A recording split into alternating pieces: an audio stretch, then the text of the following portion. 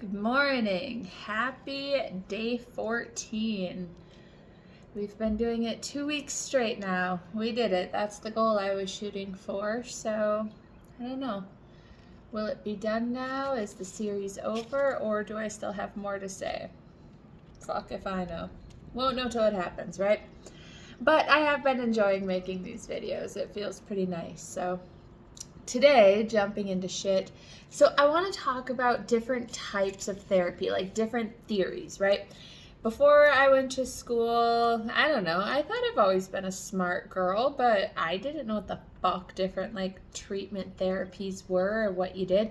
I had a real like psychoanalysis type of view about it where it was very Freud, like tell me about your childhood or stupid shit like that, right? Like I didn't know there was different approaches, different theories, different tactics, if you will, ways to go about doing it.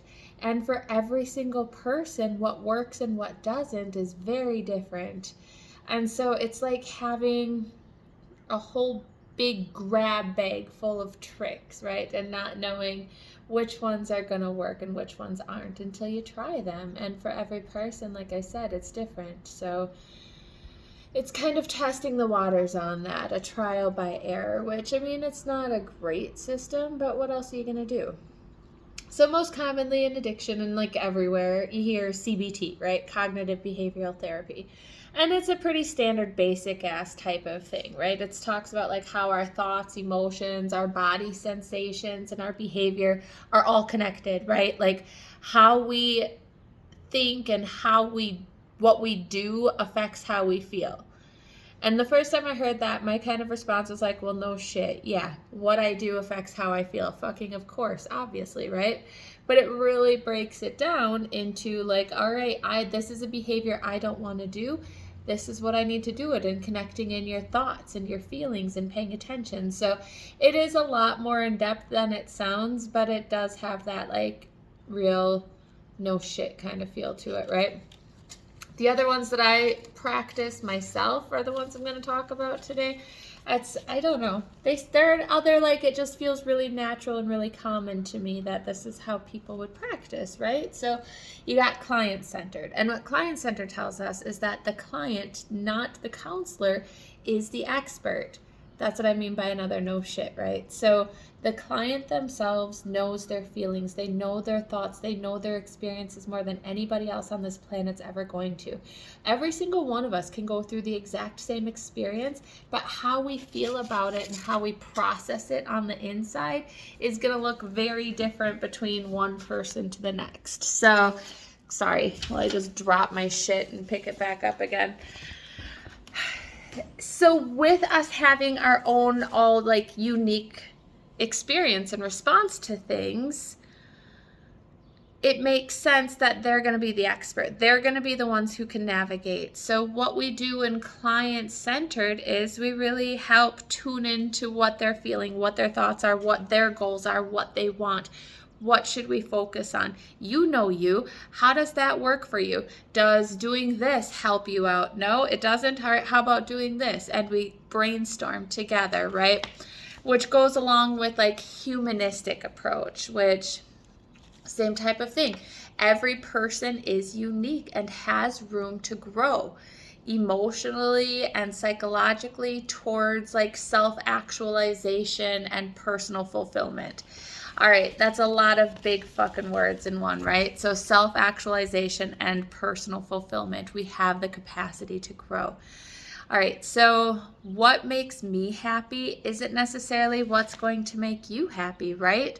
And what makes me feel fulfilled as a human isn't going to be the same as you. So a humanistic approach realizes we're all unique, and this kind of thing inside of us is going to be different for every one of us, right?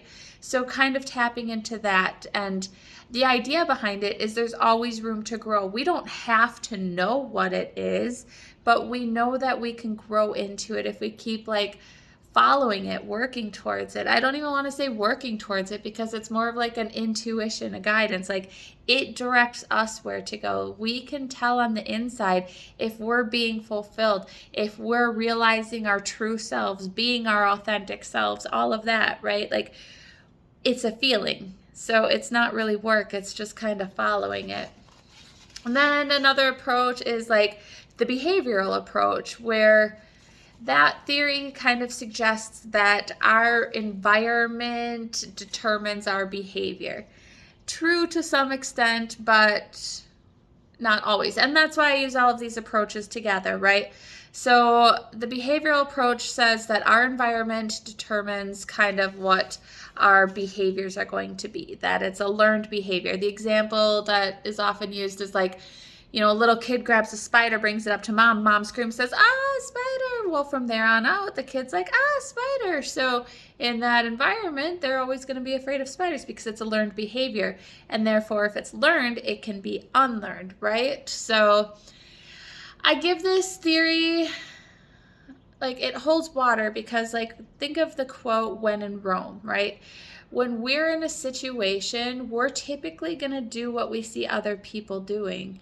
And that can lead to some negative shit, but it can also lead to some really positive shit. And it's something that's learned as humans and processed in this whole part of like, let's fit in type of shit. So we can unlearn that, right? Like, we can be that outlier. We can be somebody different. We don't have to do what everybody else is doing, but it does take practice. We don't have to be scared of a spider when we see it, but it's going to take some practice, right? So it's not that knowing these theories is going to make or break anything, but I think it's good for everybody to know like where it is we're coming from. There is a method to the madness, right? Like, we're intentionally doing things, but the guiding principles behind it all is being genuine, showing empathy, like really trying to feel what the other person is feeling from their perspective. Not how I would feel in that situation, how you're feeling with your situation. What does that feel like so that I can better understand? And just kindness, right? So whatever the theory is, those are all the guiding principles behind it. I know I've talked about it before where I've said that the number one secret is giving a fuck.